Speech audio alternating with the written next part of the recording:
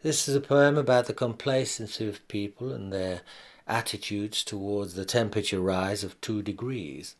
You would think that the powers that be were waffling about a couple of cream teas or the price of peas. Some have the audacity to try and blame the up-and-coming economies, such as those of the Chinese, after we have been pumping out the smoke and sleaze since the early 1750s. Others think that it's just a temperature tease, and come next year we'll all be back to the big freeze. I don't know what it's going to take to wake up these world's most powerful trustees. Maybe once it begins to backflush the drains up around their proverbial knees. By 2 degrees, all the birds and bees fell from the trees.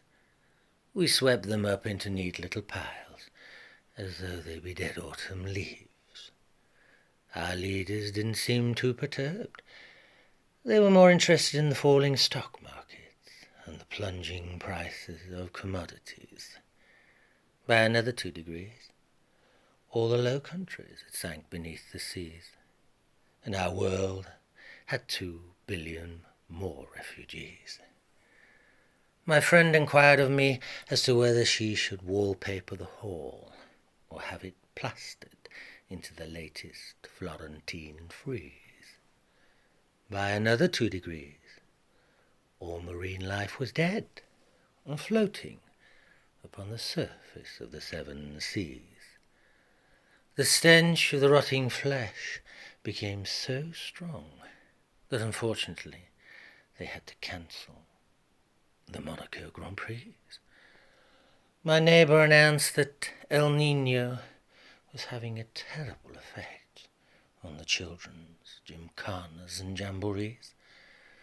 By another 2 degrees, Miami and Manhattan had sank beneath the seas, and London and Beijing, well, the floodwater was up above their knees.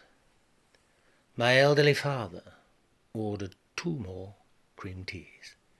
He casually mentioned that he thought it be the fault of those damnable Chinese. By another 2 degrees, all the ice caps were freeze-free.